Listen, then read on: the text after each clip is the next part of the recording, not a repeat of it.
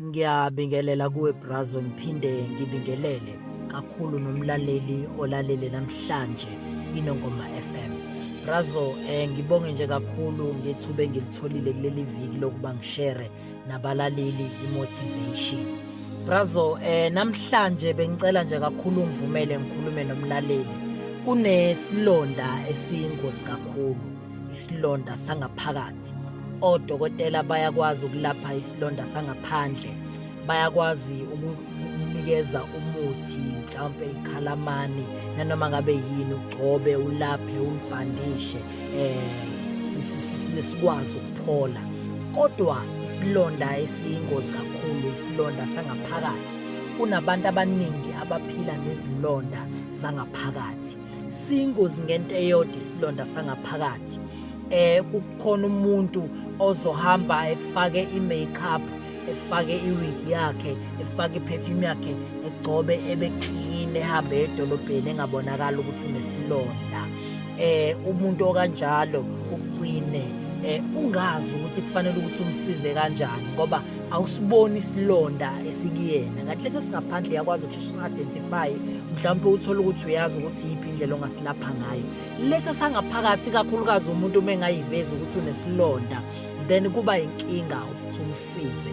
And okuyingozi kakhulu ngokuba nesilonda sangaphakathi ukuthi uma usuwedwa, ngoba inkinga nje iba lapho kakhulu.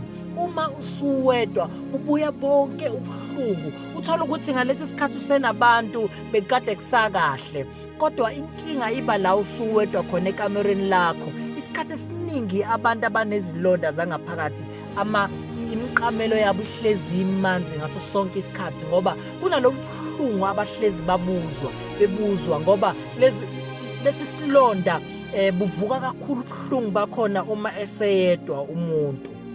Ngifisa ukukhuluma kakhulu nomlaleli namhlanje onesilonda sangaphakathi, onesilonda esingabonakali, esiziwa uye yedwa. Yazi ukuthi kubuhlungu kuba nesilonda sangaphakathi ngoba noma usichazela omunye umuntu inkinga akasifili, inkinga uvela ungazi ukuthi ungayithatha kanjani inkinga, umzwise lobuhlungu lobuzwayo ngoba kunobuhlungu obungachazeki obuzwa umuntu onesilonda sangaphakathi. Kungenzeka mhlawumbe walinyazwa umuntu othile owumthemba ngendlela eyisimanga, noma mhlawumbe wazilimaza wena ngoba abanye kuyenzeka uthola ukuthi banezilonda abanazo ngaphakathi, bazilimaza bona, khona izinto abasifaka kuzo bagcine basithola sebelimele lezi zinto zabashiya nesilonda esiyinkinga ngaphakathi. Yini into eyingozi ngokuba nesilonda sangaphakathi? Ukuba nesilonda sangaphakathi kungakwenza ulahlekelwe abantu empilweni yakho ababalekile. Mhlawumbe ulahlekelwe izinto ezibalekile empilweni yakho, ungalahlekelwa okuningi. Kunabantu abazosaba ukuphila nawe ngoba uma unesilonda sangaphakathi uke uzithole unganakile, uzithole usubleeda kubantu abarong, uzithole usune-anger kubantu abarong, uthole usucasukela kubantu abarong, uyithole usupheya i-revenge kubantu abarong, besithole nabantu bephila kabuhlungu nawe, usithole usuphilisa umuntu onaye kwi-relationship kanti akusiye lo muntu owakulimaza, kodwa uyithola usubleeda kuyena ngenxa yokuthi unesilonda esingaphakathi. And akusoze kwayekeka ukwenza kanjalo, awusoze wayeka ukubleeda kubantu abarong, awusoze wayeka ukukhiphela i-anger kubantu abarong ungakasilungisi isilonda sangaphakathi, ngoba kufanele uqale ulungise isilonda sangaphakathi,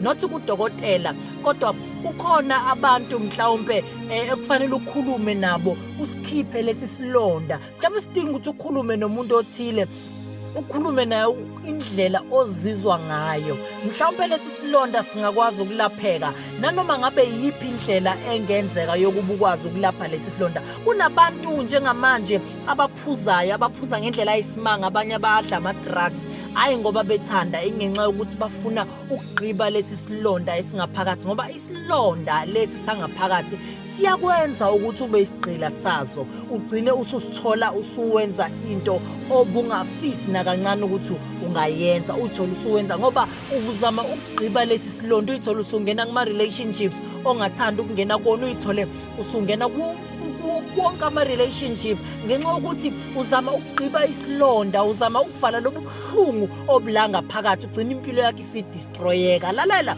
lungisa lesi silonda esingaphakathi ngoba kuningi umonakalo esingawenza empilweni yakho silungise siphole ngaphakathi lesi silonda ukuze impilo yakho izokwazi ukubuyela ibe sesimeni umlaleli ebe nosuku oluhle kakhulu ephinde ebe ne-weekend emnandi kakhulu nangeviki elizayo siyohlangana ni-like i-page Pastor Thabani Dlazi kanye no-Instagram nifollowishe Thabani/Dlazi